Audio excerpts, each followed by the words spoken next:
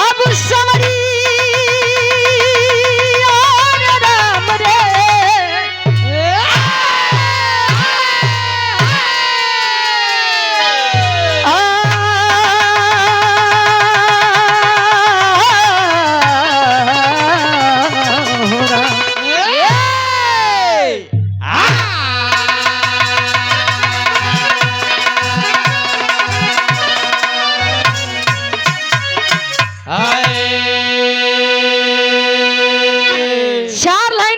भूमिका के अंदर भाव लिखत है वीरन खातिर कैसे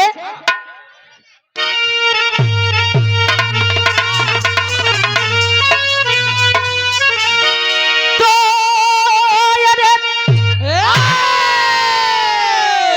अरे थोयाल उदल कबागी घराना रहा मोहब्बत वाले बजाए थे दुनिया में डंका सिंधु सागर को देना पड़ा जिस डगर से गए बाकुड़े वीर बंका अरे तलवार हो जिनके जीवन का असली मजा माई देवला के दोनों दुलारे रहे अरे जंग हारे नहीं जीत तब तक नहीं अरे रुचि गया की कलम भी दहाड़े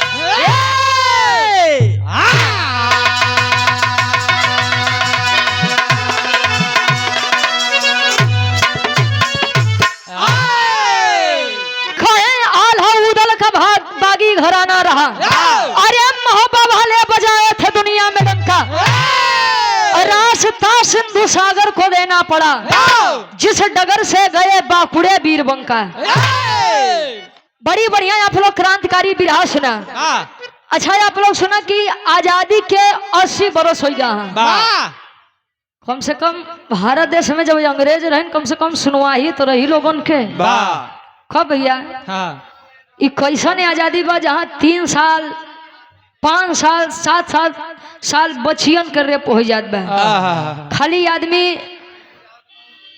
कैंडल मार्च निकाल ली है कि हमें इंसाफ दिलाइए इंसाफ दिलाइए खाली 2 दिन मैटर बड़ा उछली है तीसरे दिन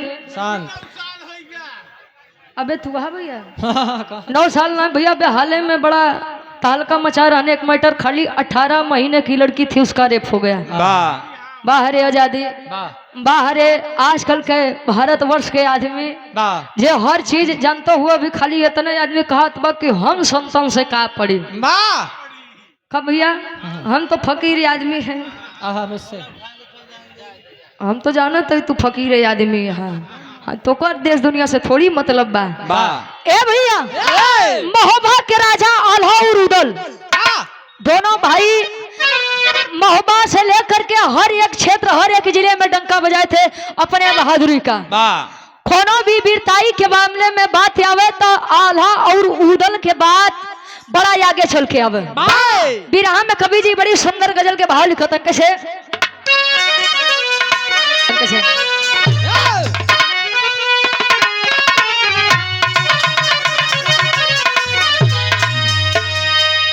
स्वर्गीय रामदेव गुरुजी ई गीतिया के बड़ा लहाई के गवे कोनो पिए वाले के आज दावत बा कमनजीत भैया क्या बात पिए वाले के आई हो ज्यादा आई मत जा नहीं कहो कह कैसे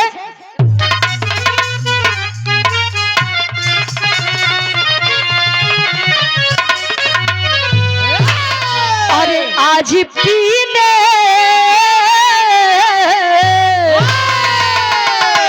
अरे आज पीने की दावत है यार चांद पर बैठ कर हम पिएंगे आज पीने की दावत है यार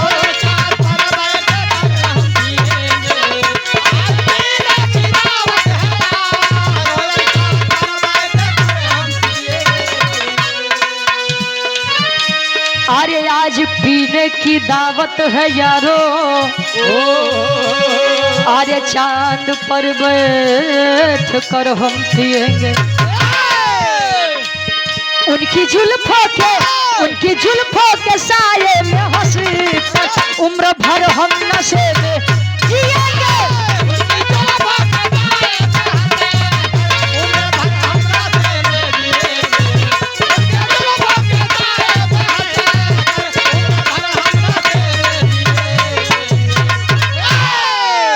कहे आज पीने की दावत है यारो, चांद पर बैठकर हम पिएंगे। कम मंजित भैया, अब पृथ्वी के बाद छोड़ा, अब चांदों पे आदमी जमीन लेत बा, तो कहूँ भी पार्टी हो सकत हो का। हाँ, कहूँ भी आदमी अपन मिजाज बना सकत, खाली बनवे के चाहिए। तरह से बढ़िया कवि जी फर्ज में लिखा था वीरन खातिर। अच्छा, पहले के पुरनिया एक कहावत है कि रघुकुल रीति सदा चली आई, प्राण जाई पर वचन न जाई। बात खातिर आदमी मर मिट जाओ, लेकिन बात कटे के ना चाहिए। आजकल तो कुछ मर्दन के ऐसा बात बा, आज कुछ कहते हैं कल कुछ और कोई है। नंबर पे तो हमारे शिवा भाई है, कब्बे से दीदार करवावत। गुरु पूजा महोत्सव सुबह 10 बजे से पूरी रात चलिए, 50 कलाकार होता हूँ भैया। और तब के हो, अब वीर चाहे आज के हो। कैसे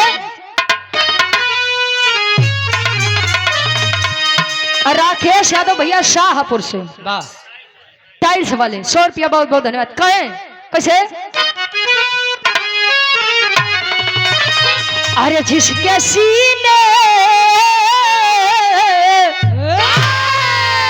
अरे जिसके सीने में जलता हो शोला, पानी फौलाद बनकर जिएगा। जिसके सीने में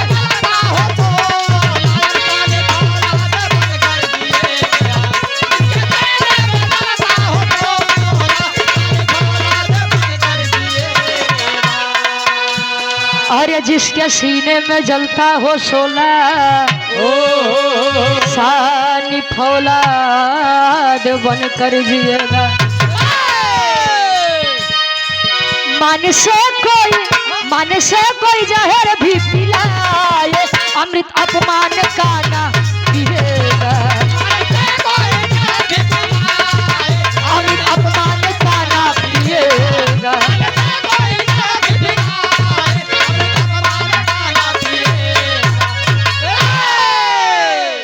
जिसके सीने में जलता हो शोला, सानी फौलाद बनकर जिएगा।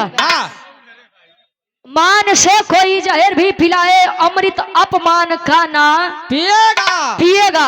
अच्छा, पहले के लोग एक बात कहा कि नारद एक ऐसा व्यक्ति रहे, अरविंद भैया, नारद एक ऐसा व्यक्ति रहे जो यहाँ के खबर वहां तक, वहां के खबर यहाँ तक पहुँचावे।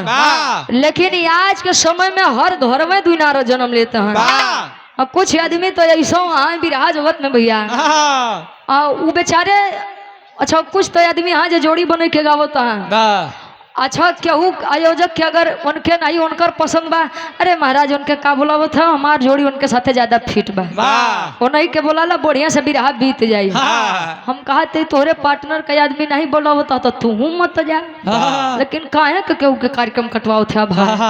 अच्छा, कुछ आदमी बिरहा में हो वहाँ, चलो भैया हम 4000 ले ले, उनके 8000 में हम बोलवा दे।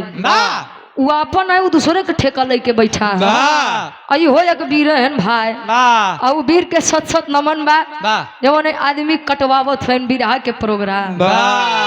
कहानी के शुरुआत कवि जी जौहरी छंद से लिखा था, कैसे, बुल्लू गुरुजी वाली, बुल्लू गुरुजी वाली 4 लेगा का भैया। अरे भैया बैठ जा, देखता है कमेटी का आदेश, ये सुना दे फिर सुना दे, हमार बड़का भैया है। हाँ, कसम से सुना दे, माइक कसम सुना दे, बैठ जा। आई कहानी का शुरुआत बा।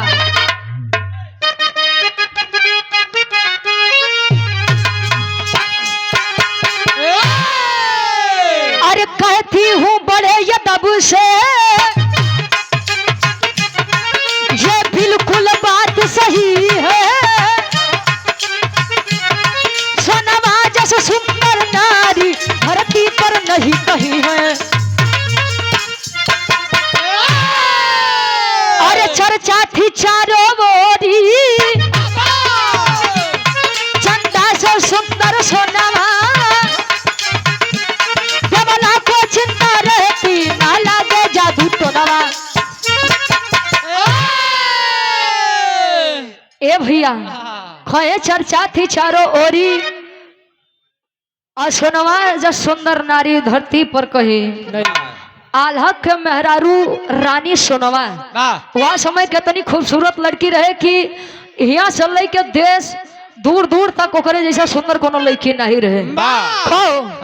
यहाँ से लेके वहां तक राजधानी तो खबर हुआ कि आल्हा के मेहरारू सोनवा से बढ़िया कोनो लड़की पहले के समय में आप लोग जाना था कि बियाह शादी हो जाए अगर रास्ते से लड़की जात बा अगर केहू के नजर पड़ जाओ लड़की मन के भाई जा तो जान ला मार पीट पे उतारी हो जाए। लेकिन लड़की बदे अच्छा इतिहास गवाह बा कि झगड़ा खाली तीन चीज बदे भवा जर जोरू जमीन। अब पहले के समय में ज्यादा झगड़ा तो यह मेहरुआ के चक्कर में होता रहा।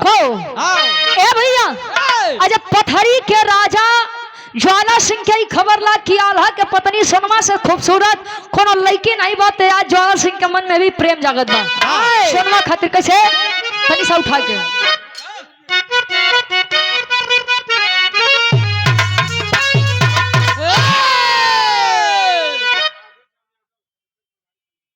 राधे श्याम यादव जी सेक्टर प्रभारी सनौला से आपके द्वारा सादर 100 रुपया बहुत बहुत धन्यवाद आशीर्वाद के चाह रही। जब खबर लागत ज्वाला सिंह के तब और ज्वाला को खबर लगी जब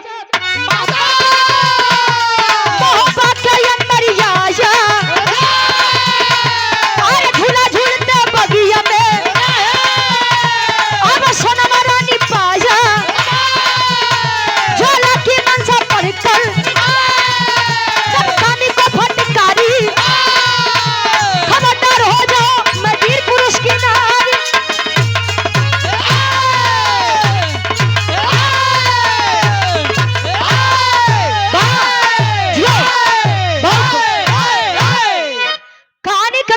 समझा।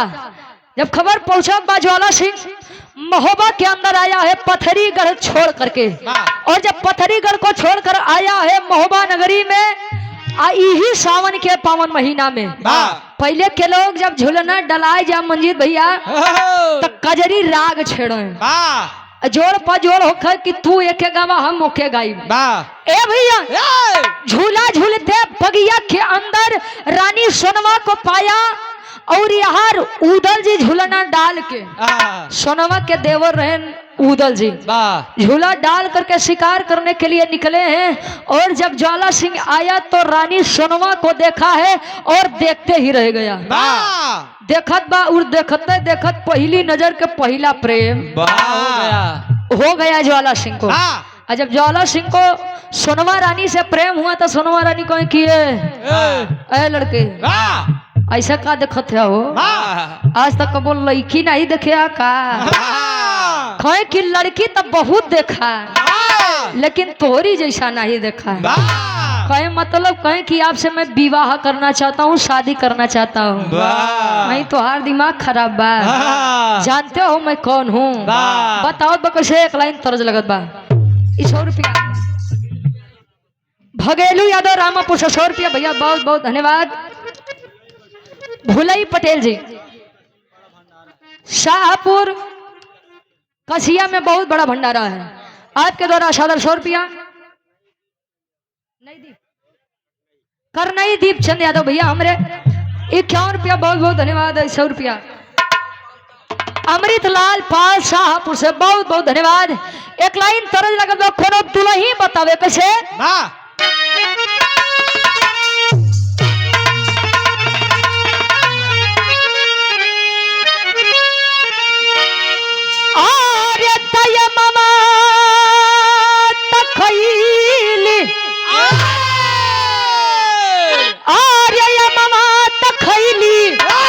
आई कोई लड़िया खिंच के मारली रे दगिया लागी रे गली कि दगिया लागी रे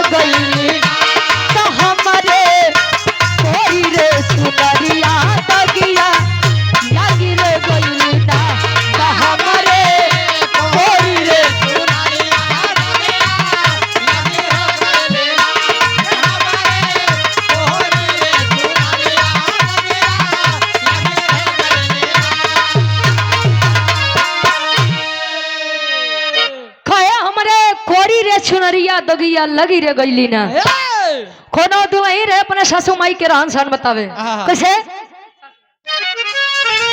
अरे सासू मार तनवा अरे सासू मार तनवा ओई ननदिया मार तनवा रे तनवा ओई हो मार तनवा ओई हो मारे तो हमारे भैया के सरवा रे तनवा ओई हो मारे तो हमारे भैया के सरवा रे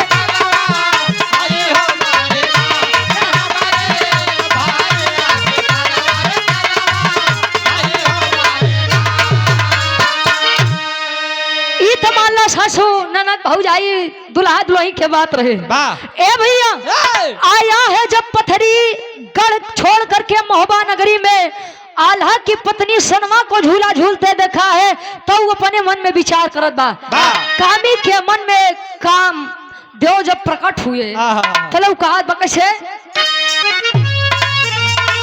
अरे कदमा के बगिया में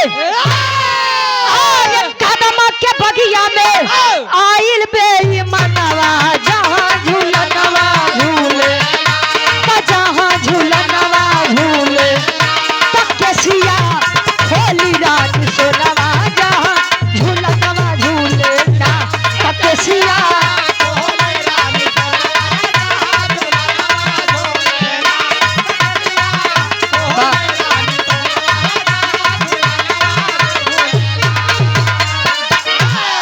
अरे कहीं समझ आके तो के अरे जल्दी जाइबा भागी उदल देवारावा के खबर यो दिलागी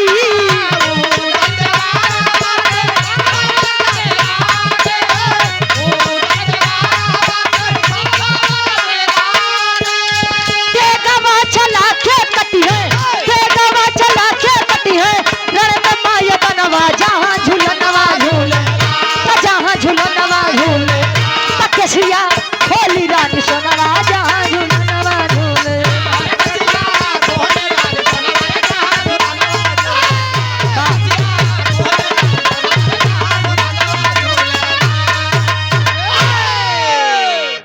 कहीं समझा के तो के जल्दी जाइबा भागी और उधर देवरवा के खबर यदि लागी ए भैया वो एक देवर भौजाई रहे जकरे बीच में मातारी और लड़का के जैसा प्रेम रहे आजो के कलयुगी देवर भौजाई चलते हैं सब नहीं खाली एक देवर भौजाई के चलते सब देवर भौजाई बेचारे बदनाम है एक गाना आए रहे कि पथिया नथिया पटना बा अच्छा तनी से गीत और बदला कहे कि घरे अइबा जे बलम ना बहेरवा से त दिलवा लगा ले से अच्छा आज फिर अच्छा तनी का ये गाना आए कि देवर जब खूबसूरत बा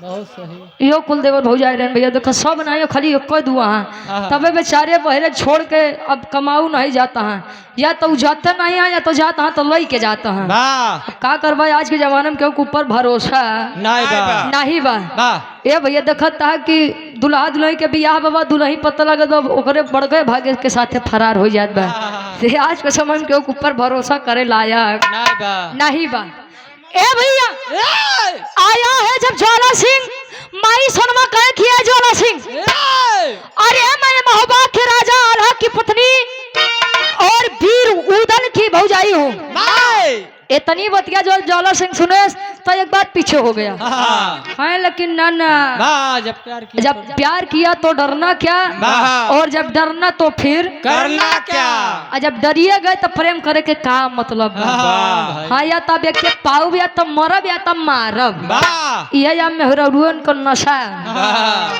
उतारू वहाँ मारे पीटे पे कैलाश नाथ भैया हाँ ए भैया यहाँ इतनी बतिया जब सुना है आया है ज्वाला सिंह और ज्वाला सिंह माई दुर्गा के बहुत बड़ा बरियार भक्त रहे माई दुर्गा से कहे कि महतारी रे एक लड़की पसंद आए जवन बगिया में मिली रही खाली वही से हमार बियाह करवा दे जीवन भर तो उसी कुछ नहीं मांगा माई दुर्गा कही कि बेटा दिमाग खराब हो गया तुम्हारा अरे वह शादीशुदा है, वाह आल्हा की पत्नी और वीर इंदल की माँ है सोनमा। वाह अब लड़की पसंद आबा तो कोनो और पसंद कैला का जरूरत बा, तो कहे का दू लड़का के महतारी पसंद आबा कहे ने माई प्रेम ही नहीं देखत कि लड़की कौने वाह। उम्र कौने समय के बा, वाह। खाली एक बार ओकर भेंट करवा दे। कहे कि अगर सोनवा को लेकर आओगे तो बेटा तुम अपने विनाश का रास्ता स्वयं खोजोगे। वाह और ये आप सम्मानित श्री विजय प्रताप यादव एडवोकेट साहब रामपुर गौरा प्रतापगढ़ से 101 रुपया, बहुत बहुत धन्यवाद। अच्छा जे मेहरारू के बात माने बा फायदा में रहा भाई का आप लोग जान ला काहे बदे जाना था भैया। अभी आप लोग सोचा राजा दशरथ के मेहरारू कैकेयी जी रहे, कैकेयी जी कहीं कि राम के 14 बरिस के वनवास चाहिए। दिखाओ राजा दशरथ हो कि अपने मेहरारू के बात माने कि नहीं माने, भले से रामचंद्र जी का 14 बरिस के वनवास दे के पड़ा। अच्छा बिहार तनी से आवा प्रभु श्री रामचंद्र जी माई सीता के बात माने सोने का हिरण लावे बदे चली गए, भले से पूरी लंका नगरी के विनाश करे पड़ा। अब वही जगह रावण को देखा, वो मंदोदरी के बात नहीं माने, सब सोच लो कर पूरी लंका नाश हो गया। या बदे कबो कबो मेहरारू के बात माने में भलाई बा फायदो बा। ए भैया माई दुर्गा कहे कि बेटा अगर सोनमा आएगी तेरे दरबार में तो तेरा विनाश होना तय है। कहे महतारी करे बरे मरियो जाब ना तब्बो कोनो फर्क नहीं बा, खाली बस एक बार ओके दिया दा। कहे कि ठीक है जा, लेकिन याद रखना कहे कि ये माई एक बात ही हो आप लोग सुना, कहे कि अगर हमार बात मान लेबू तो ओकरे लइका इंदल के बलि तोहरे चरण में काटो, चरण में चढ़ाऊ। अब बलि से माई दुर्गा भी प्रसन्न कि ठीक बेटा जा जा जा। सोनमा को लेकर आया और इंदल की बड़ी बलि चढ़ानी पड़ेगी तुझे मेरे इस बेदी पर। कहीं की ठीक माई जात बा कैसे एक लाइन तरस लगत बा।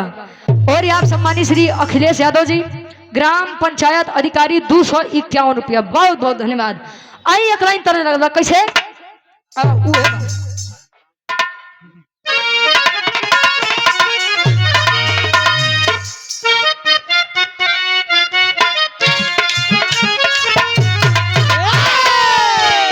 अबे सुन बे मेरा तब कि हम गवनवा नहीं जा पीछे पड़ल ये हिर बेईमनवा हम गवनवा नहीं जा। अच्छा ये तो मान लो अगला कलाकार गाए दे तो दूसरा गावत हम गवनवा लइके जा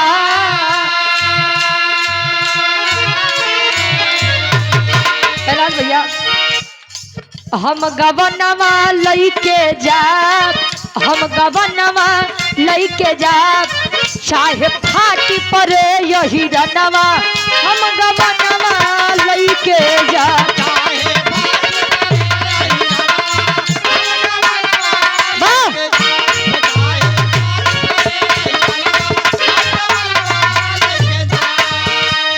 ए भैया यहाँ माई दुर्गा इंदल के बलि पर मान गई कि बेटा जा सोनवा को लेकर के आए, सोनवा को लेकर आया है, जबरदस्ती प्रेम करे। सोनवा कहे कि ये साहब अरे राजन अगर जबरदस्ती मुझसे रिश्ता जोड़ने की कोशिश करोगे तो पतिव्रता तेज लगेगा, यहीं पर तुम्हारा विनाश हो जाएगा।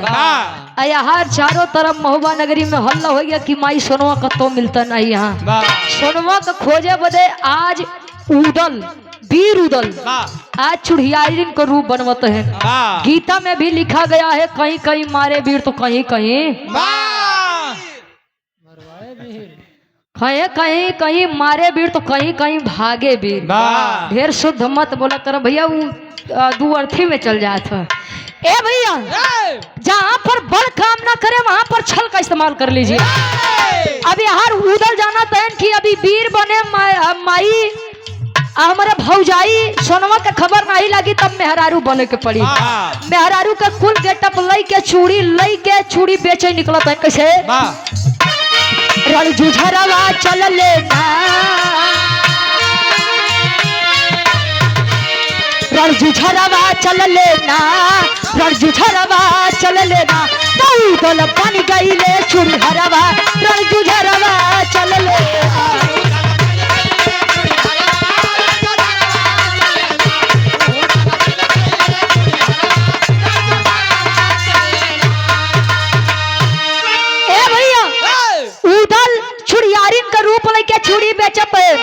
आ चूड़ी बेचत हैं, धीरे धीरे पहुंचत हैं पथरीगढ़ ज्वाला सिंह के दरबार में। आ जब ज्वाला सिंह के दरबार में पहुंचत हैं तो यार सोनमा जी पहले के मेहरारू लंबा घूंघट करत रही, काहे बदे जानत है?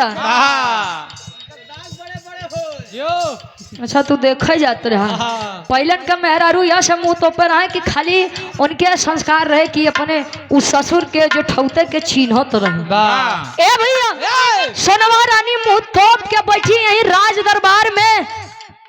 ज्वाला सिंह के एक बिटिया रहे जेकर नाम सुगा पंखनी बताया गया। सुगा पंखनी सोनमा के बड़ी देखभाल करे, कहीं की बिटिया रे ढेर दिन हो गया कि चूड़ी उड़ी नहीं पड़े तनी से चूड़ियारी नहीं बहु के बोलाए लिया। जब वो चूड़ियारी रूपी उदल आवत है तले माई सोनवा के जब कलाई पकड़त है तले होता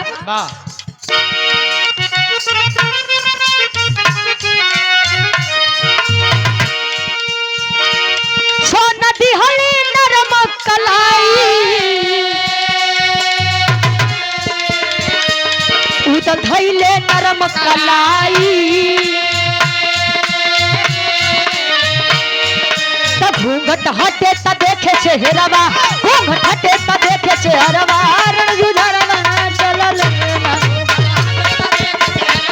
रणजुझरवा चलल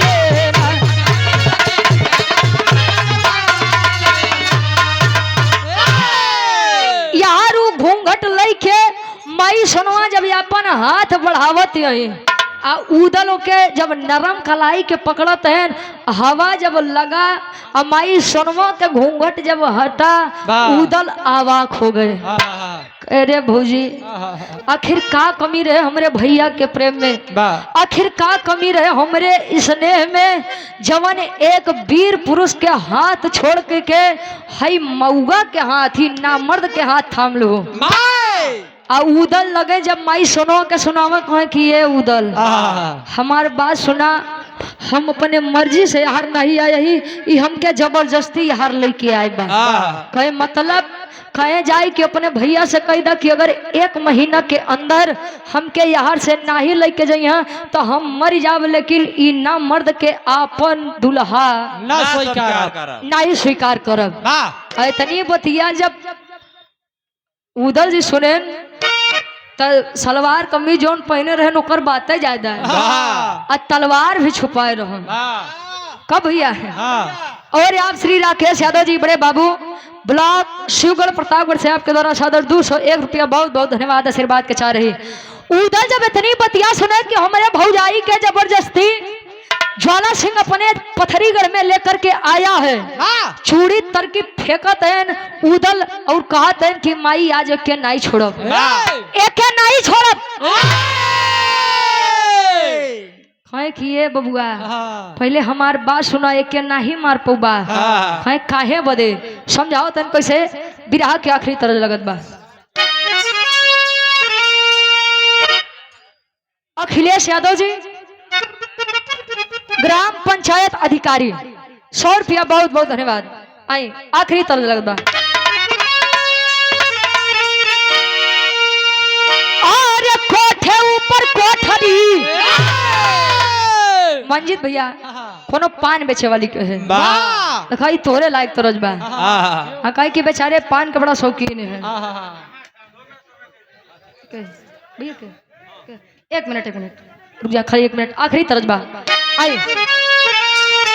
अरे कोठे ऊपर कोठरी लवैया के दुकान,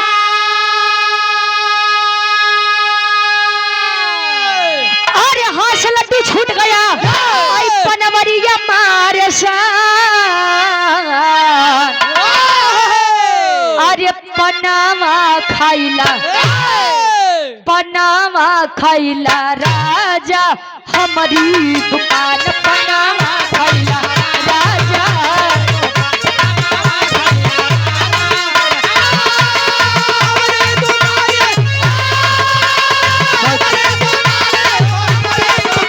पनामा खाइला राजा हमारी दुकान।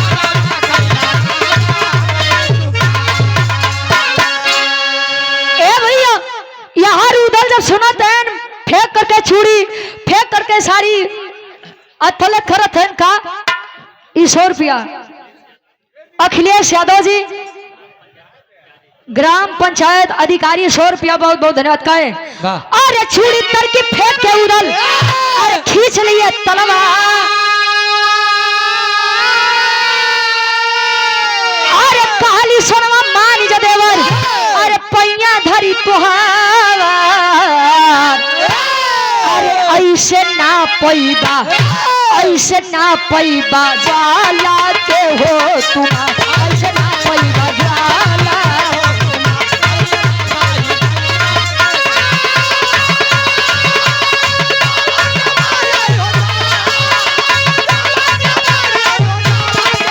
ऐसे ना पैबा जाला के तू हमारा,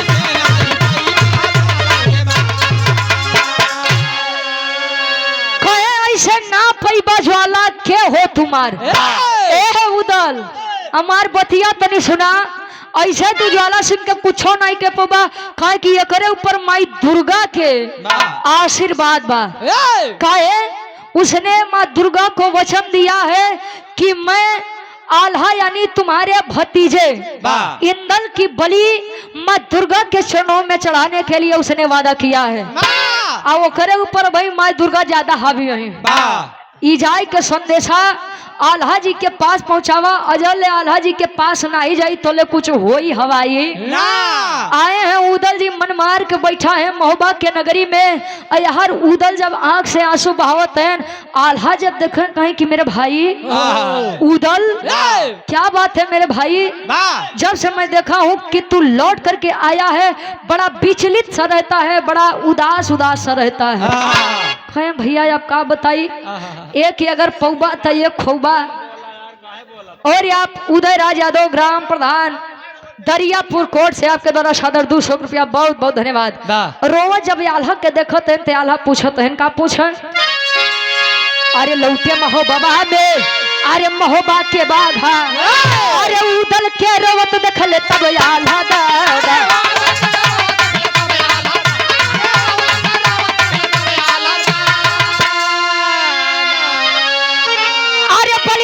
बेटे का देवे, अरे बलि नाही बेटे का देवे, अरे आल्हा की इनकार, अरे भला ही बिन मेहरारू के, अरे जिंदगी बीती हमार, अरे ऐसे ना पैबा ज्वाला के हो तुम्हार। और 51 रुपया द्वारिका देसी मुर्गी फार्म नई बस्ती छाता से। अच्छा ठीक ठीक भैया, ये आपके द्वारा 100 रुपया, बहुत बहुत धन्यवाद। आशीर्वाद के चारे कि हम बच्चे अपनी कला में कामयाब रहे। क्या टाइम चाहता हूँ भैया, आई समय क्या चाहता हूँ। अच्छा भैया आ जाइए, आ जाइए, खाने यार छुट्टी है भैया, क्यों हो जाओ। अच्छा आ जाइए एक बार आप लोग।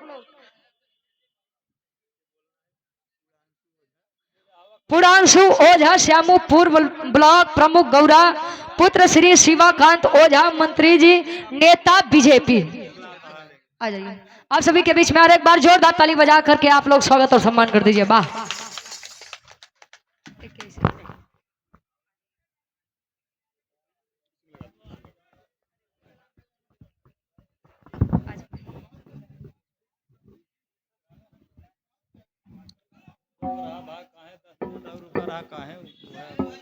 मित्रों,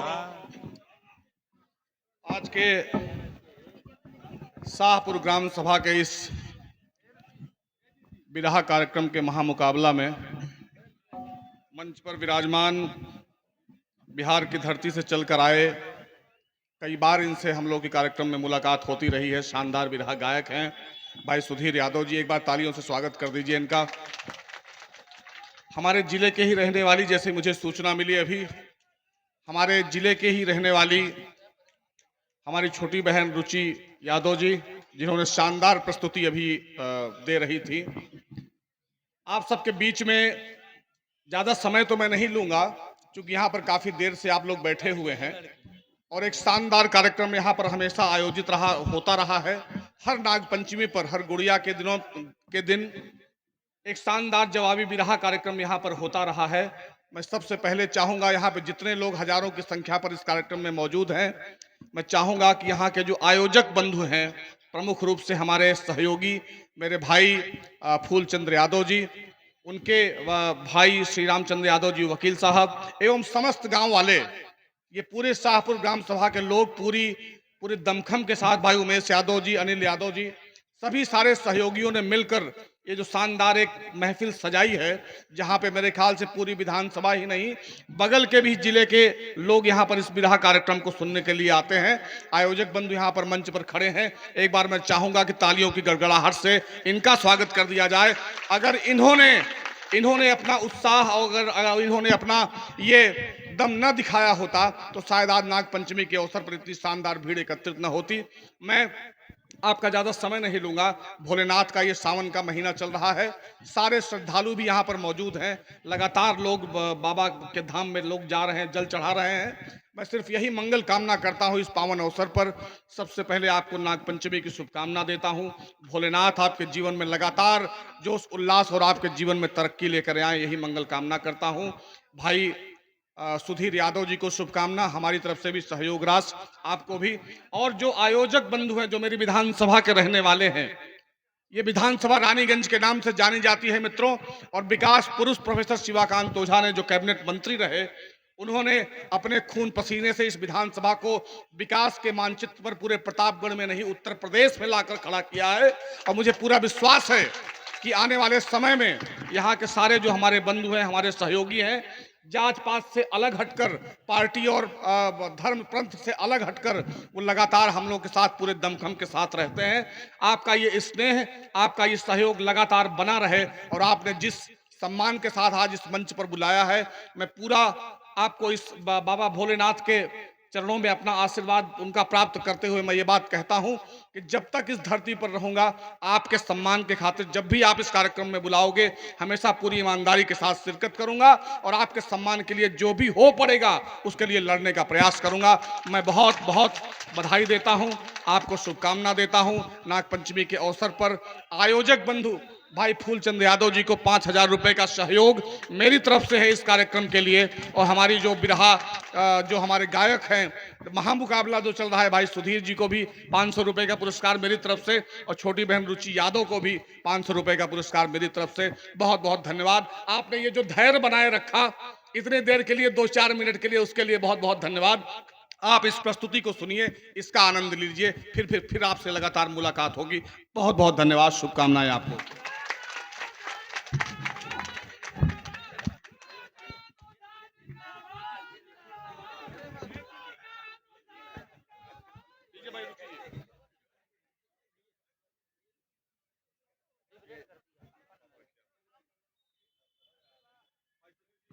हेलो, अरे वाह, दादा बड़ा बेजोड़ आदमी है, खाली वह तो बिरहा में जान भरते हैं। और आप सम्मानित हृदय के गार्जियन जी सब, प्रेम भेंट इंजीनियर पूर्णांशु ओझा श्यामू, पूर्व प्रमुख गौरा 250 रानीगंज प्रतापगढ़ से ये सम्मान किया गया। बहुत बहुत धन्यवाद। आशीर्वाद के साथ कि मुझे अपनी कला में कामयाब रहे। एक स्वर में सबके नमस्ते प्रणाम स्वीकार होकर। ए भैया आई, अरे वाह, ए भैया यहाँ आए हैं जब उधर जी, उधर आया आल्हा जी से मिले, उधर जी को बताए कि भैया भाभी को लेकर गया है कौन, पथरीगढ़ का राजा ज्वाला सिंह, और उसने माँ दुर्गा को वचन दिया है कि वह इंद्र की बलि चढ़ाएगा। अगर भैया इंद्र के बलि ज्वाला सिंह के पहले तू चढ़ाए दा तो हो ही सकत है कि माई दुर्गा अपने ऊपर हावी हो जाओ और सोनवा भाभी अपने पास हो जाओ। ये तनी बतिया जब ये आला सुने कहे कि उदल तुम्हारा दिमाग खराब है, पागल हो गए हो। अरे मेहरारू के चक्कर में हम अपने लड़का के मार दे, अपने लड़का के ऊपर ऐसा 1000 मेहरारू कुर्बानी है, उलई जाए मेहरारू, लेकिन हम अपने लड़का के बलि ना चढ़ाए। इतनी बतिया जब उधर सुने कहे भैया तू पागल हो गया है। आई है बतिया जब इंदल के लोग बड़ा होई के बाद ताना मरी है कि अरे तुहार बाप खाली तोहरे बदे। ए भैया आराम से थोड़ा शांत रहो। कहे कि अगर यह लोग इंदल के ताना मरिया कि तोहरे चलते तोहार बाप आल्हा अपने मेहरारू सोनवा के दूसरे के पास बैठाए के चली आए। तो सोचा इंदल कितना खुश और कितना सम्मान के जिंदगी जी। ले चलिए इंदल को। इंदल सहित आल्हा उदल आए हैं माई दुर्गा के चौरा पे। आज जब माई दुर्गा के चौरा पे आओ थे तो होत का टेरी के भाव लगत बा।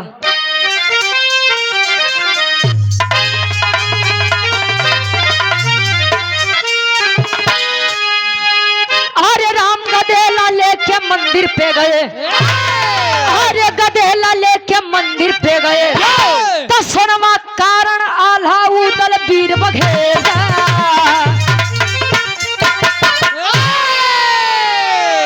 सोनवा के खातिर आल्हा उदल अपने जिगर के टुकड़ा छोड़ के लइका इंदल के जब लइके पहुंचते हैं, आल्हा बार बार अपने लइका इंदल के चेहरा निहारत है कि बाहरे भगवान, बाहरे माई दुर्गा की आज ऐसा कोने परिस्थिति में हमार परीक्षा लेते हो।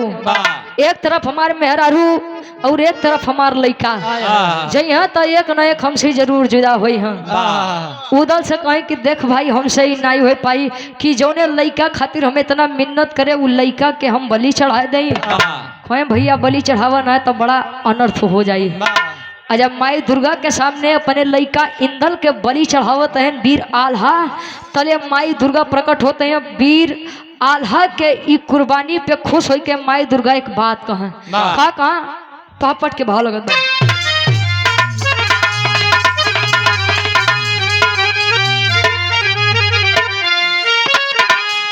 अरे बलि चढ़ाउते डोलल बा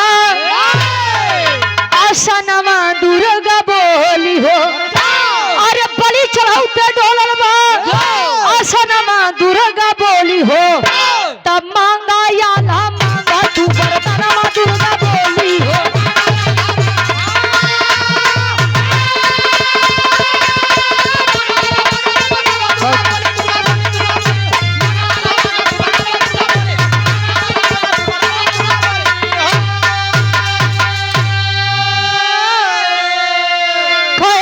चढ़ाउते डोलर बा असनवा दुर्गा बोली हो।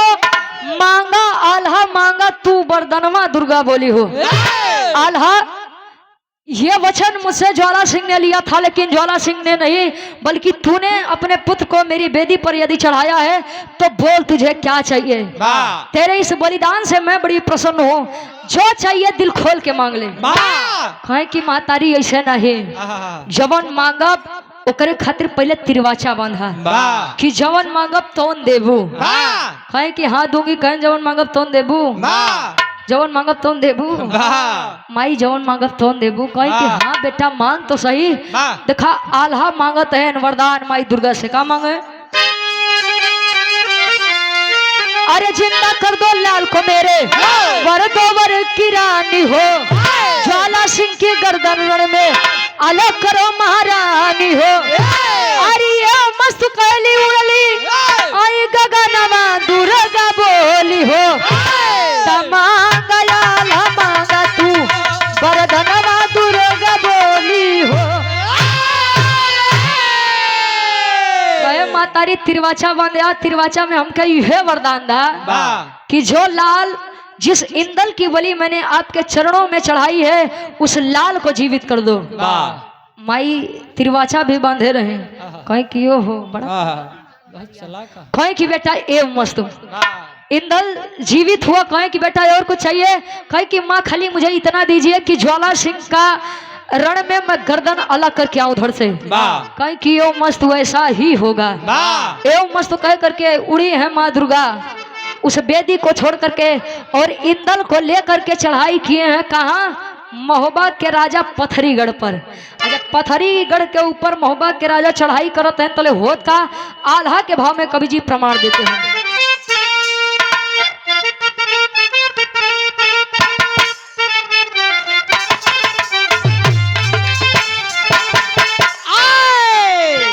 पथरी पे चढ़ाई कोई दिहले मोहब्बा वाला भैया।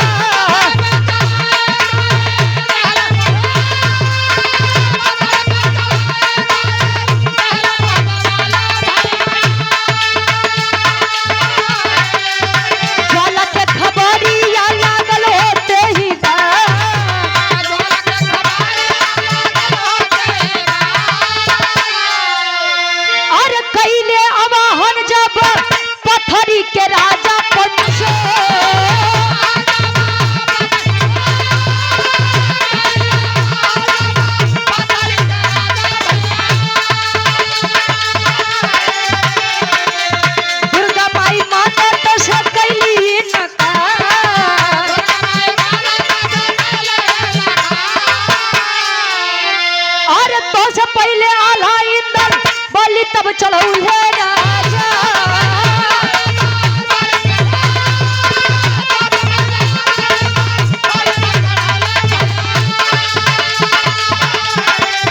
गलती हमार कवन सुन रे गद्दा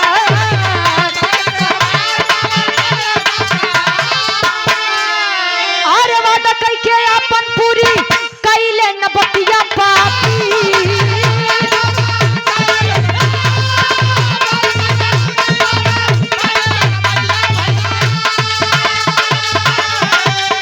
इंदल के जियवले पाठी तई के तलवा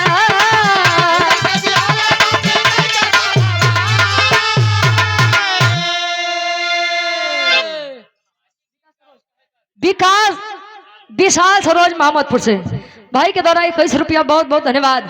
ए भैया यहाँ पहुंचा तो इन पत्थरी गढ़ पे जब चढ़ाई हुई ज्वाला सिंह भागता हुआ गया है माँ दुर्गा के पास कहे माई बचा ले नहीं तो ये सारे मार दी हूँ कहे कि जब मैंने पहले ही समझाया था क्यों शादीशुदा बा करे लइका बा तो तेरे नहीं समझ में आए तब तो बड़का प्रेम के भूत तोरे ऊपर सवार भर भूत उतर जाइए कब भैया का अच्छा दो भाषा में चलत है अनुराग यादव झोसे प्रयागराज से हुआ आया है और का अरे भैया अच्छा बहुत बड़ा फैन है बहुत बहुत धन्यवाद अच्छा कछारे वाले ये ढेर सारा मैं पुरस्कार बहुत बहुत धन्यवाद। तो अच्छा इनका कछारे वाले के बारे में बड़ा पता बा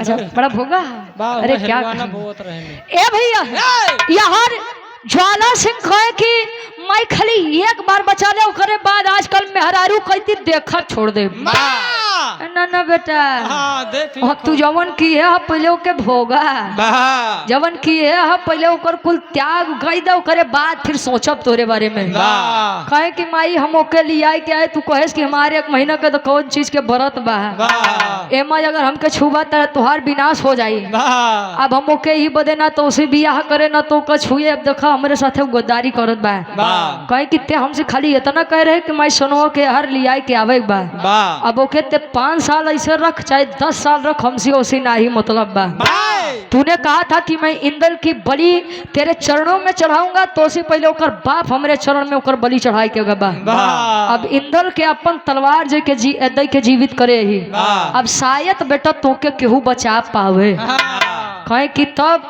कहे माई कोनो उपाय तो बता कहे कि उपाय खाली इतने बा दुश्मनी छोड़ करके अब उनसे लोग से अपन रिश्ता बनवा समझावा तन कैसे आखिरी भाव खड़ी के भाव लगत बा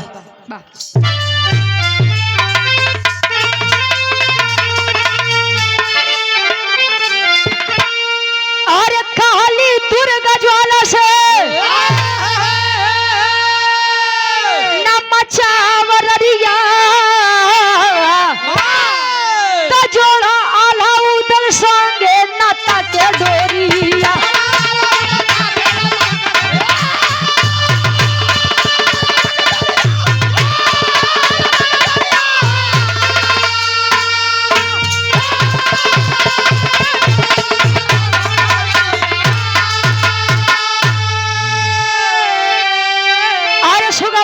से भइले इंदल के बियाह हो डोली चढ़ी अइली तही मोहब्बा के द्वार हो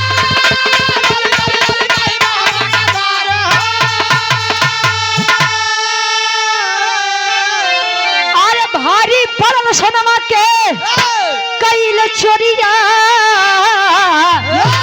त जोड़ा उदल संगे नाता के डोरी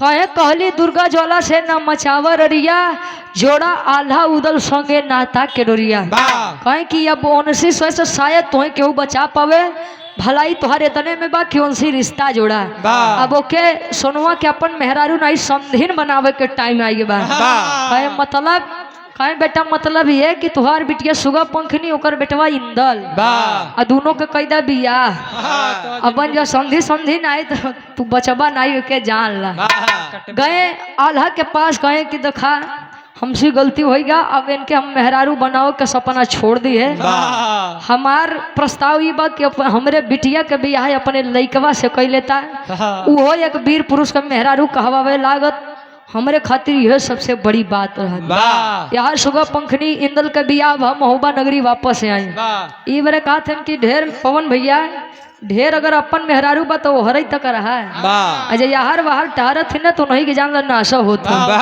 पहले के समय में तलाक उलाक सुनाबा नहीं करत, अब तो तलाक आदमी ऐसा लेते हैं जैसे वो शुभ तलाक हो। वाह मेहरारू कहे मेरे बाबू तुम्हें 5 लाख कैश दिए रहे, 10 लाख भी है खर्चा भरा, टोटल 15 लाख रुपया हमका दे दे तब तलाक होई। अब पता लगे काठी लड़का बच्चा हाँ और लड़का सर्विस यहाँ बा कहीं आधी पगार हमके चाहिए। तलाक नहीं शुभ तलाक होत बा भैया आजकल। अच्छा तिलक देते हैं, अरे बा ये बता देखा मेरे मंजीत भाई शादी भी ऐसा बड़ा दूर है बेचारों, हमका लगत हो उनकर बियाहो कब्बो नहीं हुई। विशाल सरोज मोहम्मदपुर से 21 रुपया बहुत बहुत धन्यवाद। आखिरी में खानदान के परिचय बा, हमारे पवन भैया के एक लाइन फरमाइश बा कि बुढ़वा बेईमान बेलवरिया गीत। अच्छा आई खानदान के परिचय बा, गोलू भैया हमारे गोलू भैया के द्वारा 51 रुपया बहुत बहुत धन्यवाद सुना देते भैया। हाँ हाँ आखिरी खानदान के परिचय बा, आई गुरु बिहारी गुरु गणेश गुरु रामलाल गुरकारी, अरे स्वर्ग में से चंद्रिका कवि बच्चन जी बने पुजारी हो।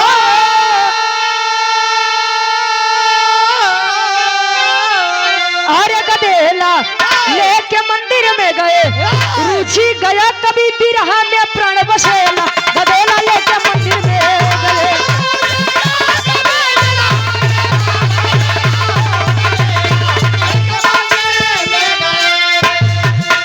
दुनिया का मेला मेले में लड़की लड़की अकेली संतो है नाम उसका।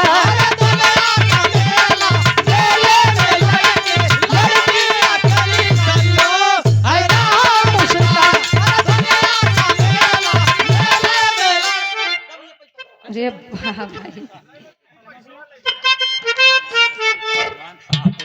DRSP पासवान शाहपुर में भैया की क्लिनिक है, सुंदरमाला सादर ईश्वर रुपया बहुत बहुत धन्यवाद। आशीर्वाद के चारे काम में दिन दुनिया छुपना तन के हो भैया बहुत धन्यवाद। कहे दुनिया का मेला मेले में लड़की अकेली संतो है नाम उसका।